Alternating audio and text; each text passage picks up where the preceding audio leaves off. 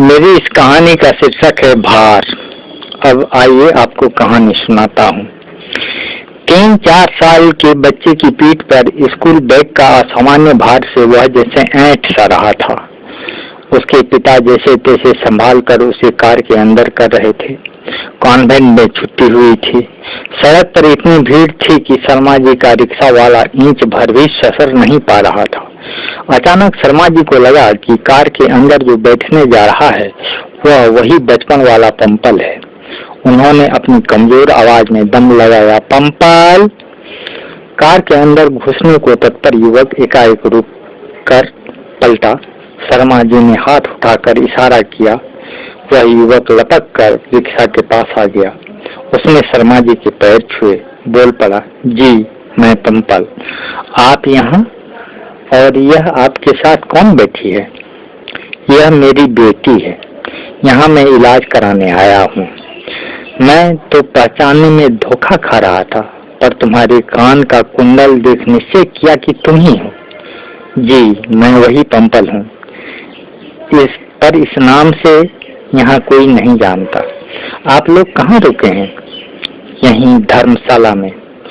और वह बच्चा कौन है? शर्मा जी ने पूछा। वह मेरा बेटा है सर। मैं यहीं BOI में मैनेजर हूँ। चलिए आप मेरे यहाँ रहेंगे। वहाँ मेरी पत्नी और एक नौकरानी है तथा पिताजी भी रहते हैं।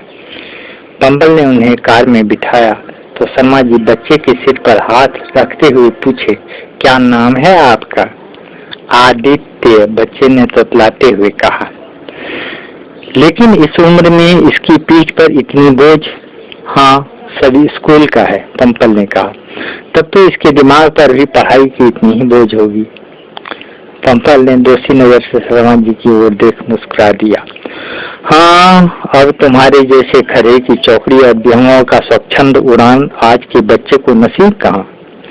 एक दीर्घ सांस छोड़ते हुए शर्मा जी ने कहा। पंपल मौन स्वीकृति के साथ ड्राइविंग संभाला। इस बात को यहीं रहने दीजिए। अब आपको पंपल और शर्मा जी के अतीत में ले चलते हैं। अतीत का मतलब है जब पंपल बच्चा था। कल्लू जब पूर्णिया से लौट रहा होता तो पुरानी साइकिल में धीरे धीरे जोर लगाता कि कहीं बिगड़ न जाए। हैंडल को जोर देकर लीक पर धराए रहता कि कहीं अपने आप मुड़कर खड्ड में न चली जाए। टायर के फटे कुशन की सतली घुमा घुमा कर मजबूत लपेटा मारा हुआ कि कहीं ट्यूब बाहर निकलकर फट न जाए। सुतली और मडगार्ड के संयोजन से जब लोग घिस घिस खड़र खड़र की आवाज सुनते तो समझ जाते कि कल्लू डाक लेकर वापस आ गया। लोग पोस्टमास्टर साहब के दरवाजे पर पहुंचने लगते। किसी को चिट्ठी तो किसी को मनी ऑर्डर की तलाश होती। पर कुछ लोग ऐसे भी होते जिन्हें कल्लू को उलाहना उपराग देना होता और किसी को हर्जाना वसूल करना होता। वैसे तो इस कार्य में पोस्टमास्टर साहब दक्ष हो चुके थे कि कैसे मध्यस्थता कर कल्लू को बचाया जाए। आज भी बिन बुलाए मेहमान की तरह कई व्यक्ति पहुंचे थे। राम नरेश ने कहा, पोस्टमास्टर साहब, मैं कल्लू को कुछ नहीं कहता कि इसका बेटा सबका नाको दम कर दिया है। आज मेरा धूर भर कुर्सी उखाड़ कर बकरी को खिला दिया। इसका हर्जाना कौन देगा? भीम बहादुर बोला, मन तो करता है कि इस छोकरी को दें दुआली से डरा, पर कल्लू भैया का मुंह देखकर कुछ नहीं कहता। रोज किताब लेकर जाता तो है जरूर, लेकिन पता नहीं कैसे मास्टर की नजर बचाकर स्कूल से निकल जाता है और फिर किसी का भुट्टा तोड़ लिया तो किसी बच्चे को मार दिया। देखिए ना, आज मेरा खस्सी को ऐसे मारा है झटा से कि वह नहीं चाह रहा है। अब उसके देह में गोश्त तो लगेगा नहीं। इसका हर्जाना कौन देगा? टुबिया माँ के सिर पर फटे साड़ी से बिन तेल का बाल झांक रहा था। उसने घूंघट और खींचा तो चर के आवाज से साड़ी और फट गई। उसने घूंघट खींचना छोड़ बोली, मास्टर बाबू, मेरी पोती को ऐसा धकेला है कि वह बच्ची बुखार से हलफ रही है। पोस्टमास्टर साहब ने सोचा, समस्या और दिनों की तरह आज भी गंभीर है। रामनरेश का 50, भीम बहादुर का 20 रुपया तय कर बुढ़िया माई को की पोती को अपनी ओर से दवाई दिलाने का वादा कर पोस्टमास्टर साहब ने समस्या को रफा दफा किया। कल्लू पुआल पर जा बैठा था, उसकी आंखें नम थी, हाथ से सिर थामे था और नीचे देख रहा था। पोस्टमास्टर साहब ने उन्हें टोका, क्यों कल्लू, डाक समय पर पहुंच गया था? हाँ। जाओ आंगन से नाश्ता खाकर जाना।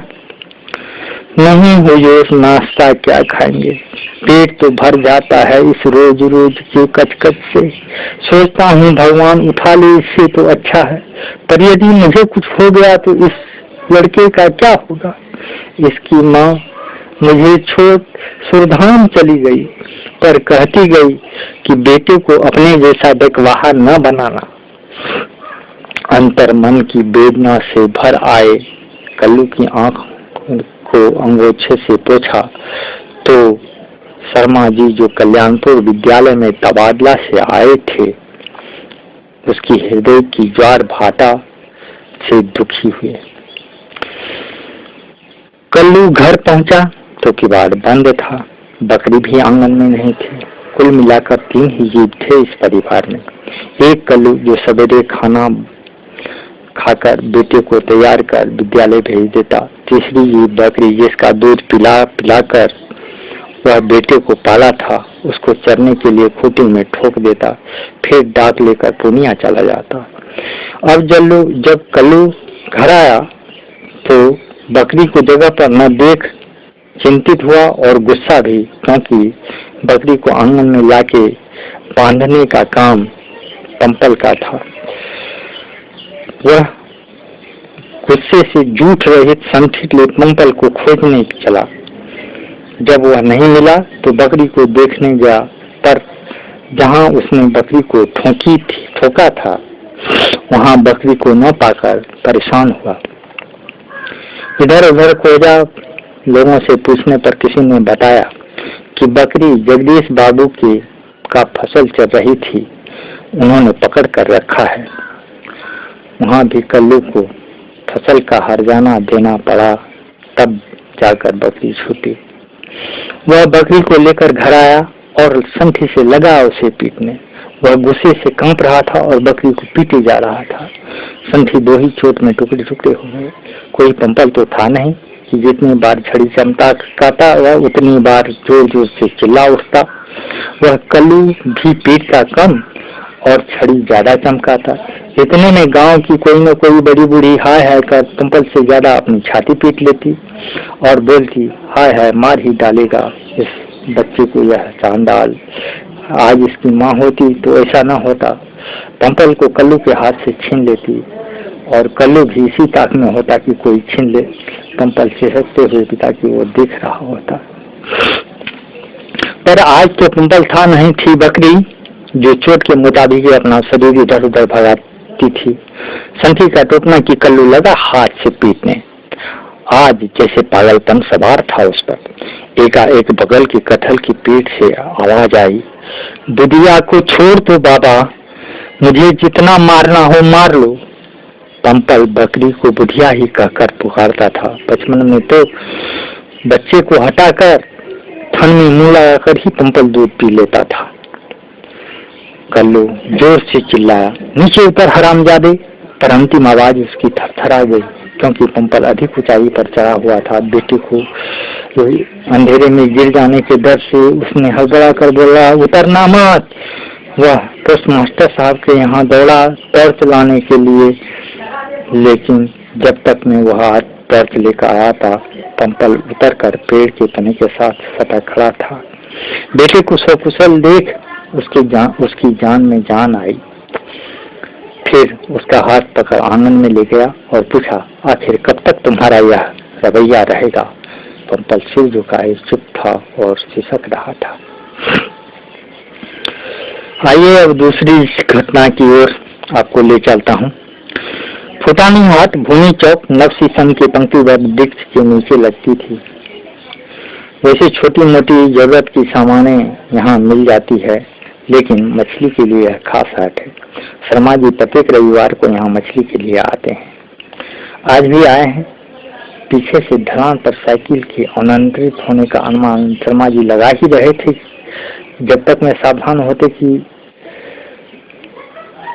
पीछे देखते कि एक जोरदार धक्का उन्हें लगा। वे एक ओर गिर गए और साइकिल सवार को लेकर दाईं ओर खड्ड में जा गिरा। लंबी घास के चलते सवार को कोई चोट नहीं आई, पर शर्मा जी का जूता फट गया और उनका पैर से खून बह निकला क्योंकि पैर में घाव लग गया था। हो कर भीड़ इकट्ठी हो गई। किसी ने सवार को, जो एक बच्चा था, खड्ड से निकाला। कहा, जन्म कर खड़ा नहीं होता है कि चला साइकिल चलाने। वह सवार जो लड़का था, बच्चा था, चुप ही रहा। कौन है यह? किसी ने पूछा। वही डाकिया का बेटा। शर्मा जी चौंक कर लड़के की ओर देखा। 11-12 साल का वह था। शर्मा जी ने जेब से रुमाल निकाल अपनी घाव पर बांधा तो किसी ने कहा, मारो हरामजादे को। पर शर्मा जी ने मना किया। वे लड़के के पास गए और बड़े प्यार से पूछा, तुम्हारे पैर पूरी तरह पैडल तक पहुंचता नहीं, फिर भी साइकिल क्यों चलाते हो? लड़का कुछ जवाब नहीं दिया। कुछ पूछ रहा हूँ तुमसे। लड़का फिर भी चुप। लगाइए ना दो तबड़क, अपने आप बोलेगा। भीड़ से आवाज आई, हम समझ लेंगे ना भाई, आप लोग मेहरबानी कर भीड़ यहाँ से हटाइए। भीड़ धीरे धीरे छटने लगी। शर्मा जी ने प्यार से पूछा, क्या नाम है तुम्हारा? बच्चा चुप। शर्मा जी करदार आवाज में बोले, बोलते हो कि लगाओ दो तबड़क। बच्चा समझ गया। मन ही मन सोच रहा था कि भाग जाए, पर साइकिल तो छत से गिरी छिपकली की तरह ऐंठ चुकी थी।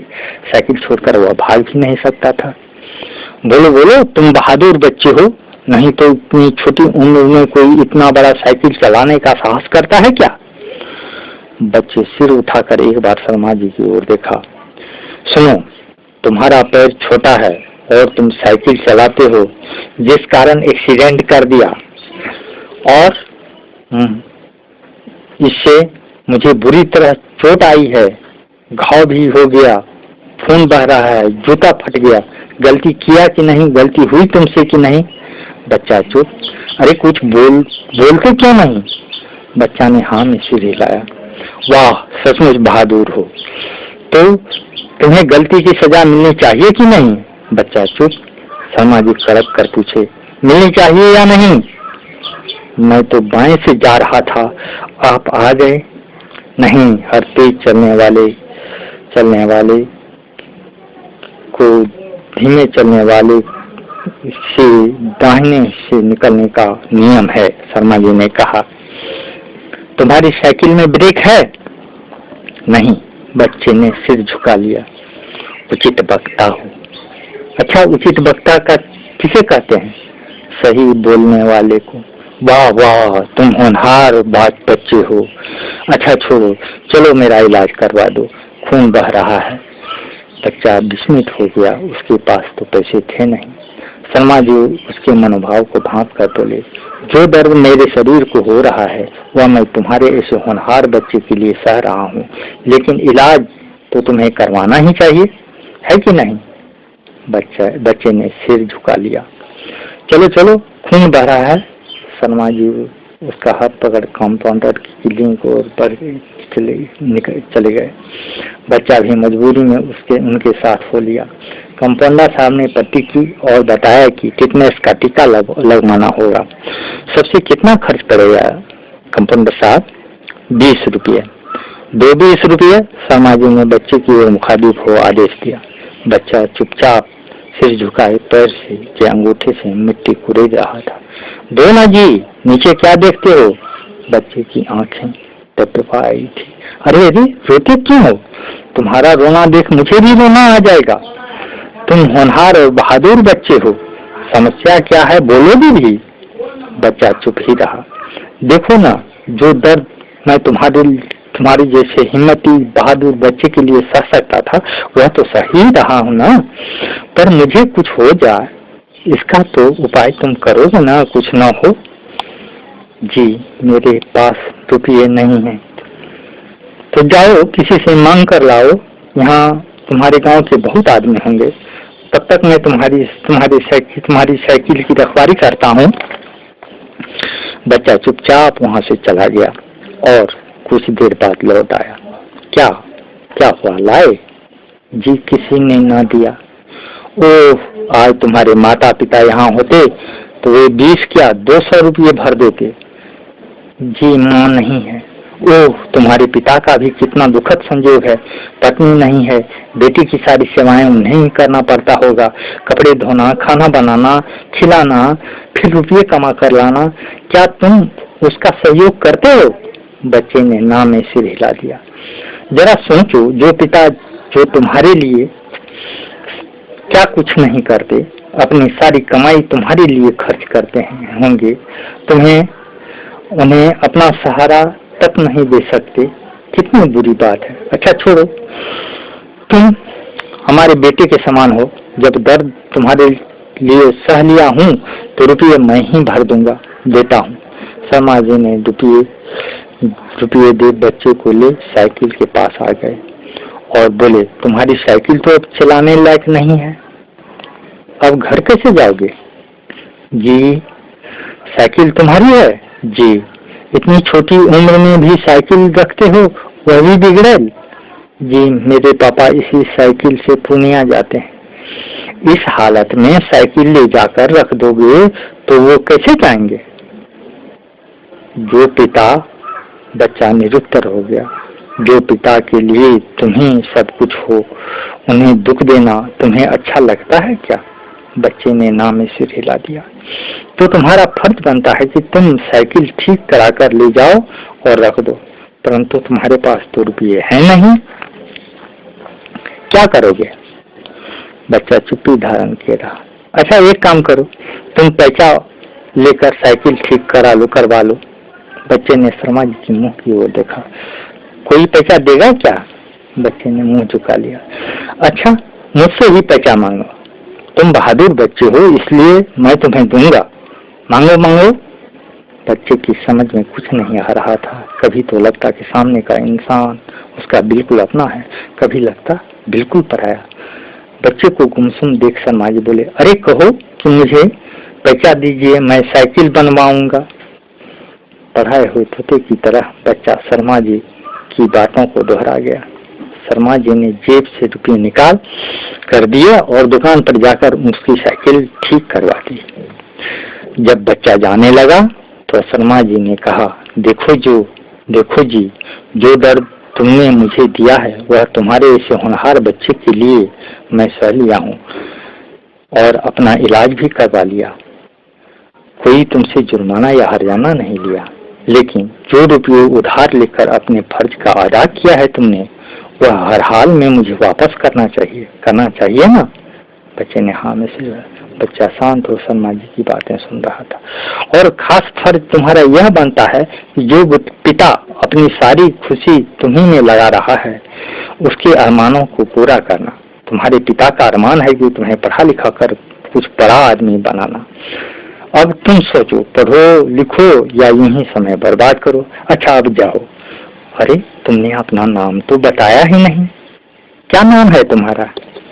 जी पंपल, बड़ा प्यारा नाम है।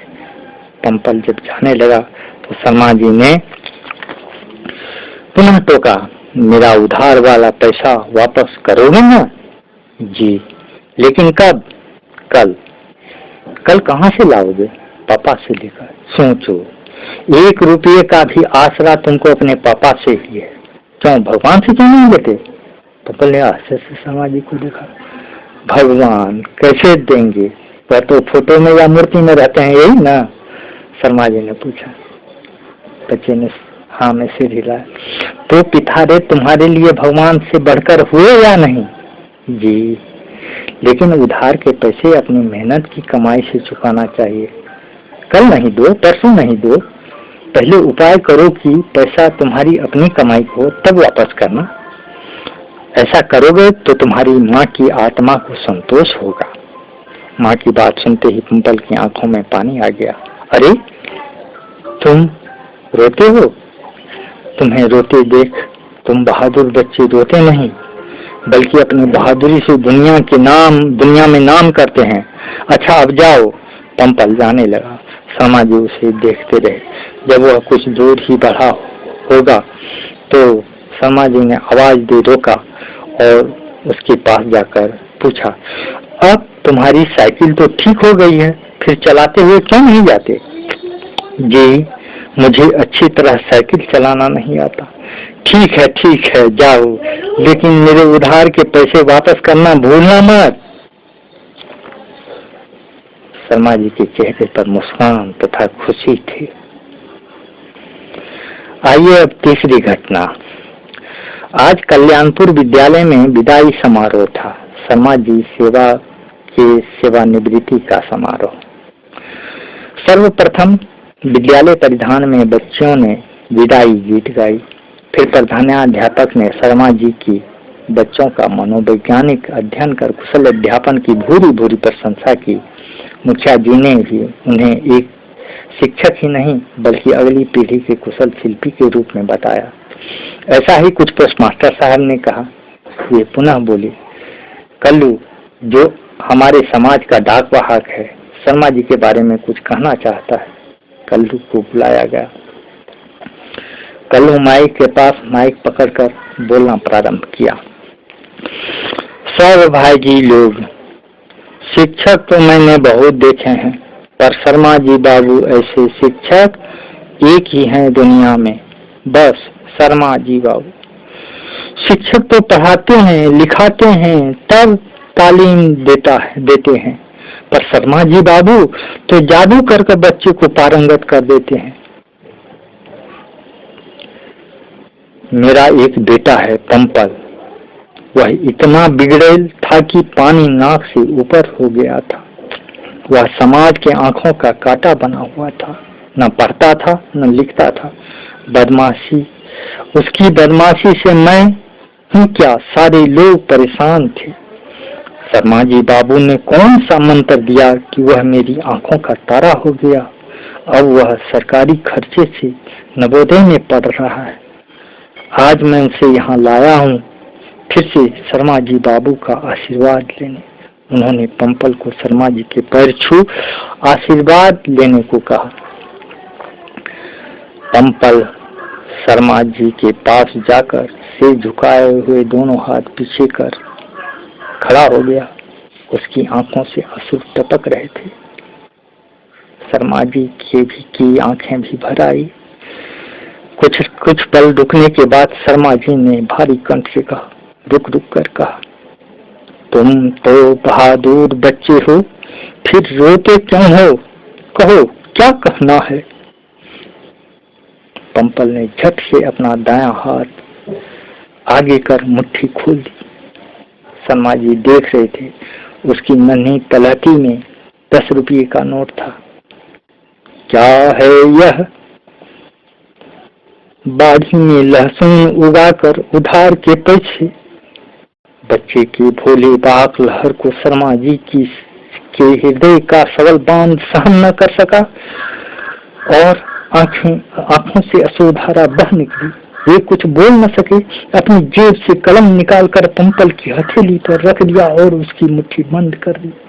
सबकी आंखों से झरझरी लगी हुई थी। बैलगाड़ी पर शर्मा जी का लदा हुआ सामान पुलिया के पार जा चुका था। बच्चे ने मुट्ठी खोल देखा। उसमें 10 रुपये का नोट और एक चमचमाता हुआ कलम था। शर्मा जी संपनी पर चढ़ चुके थे। संपनी हड्डा की ओर चल दी। इति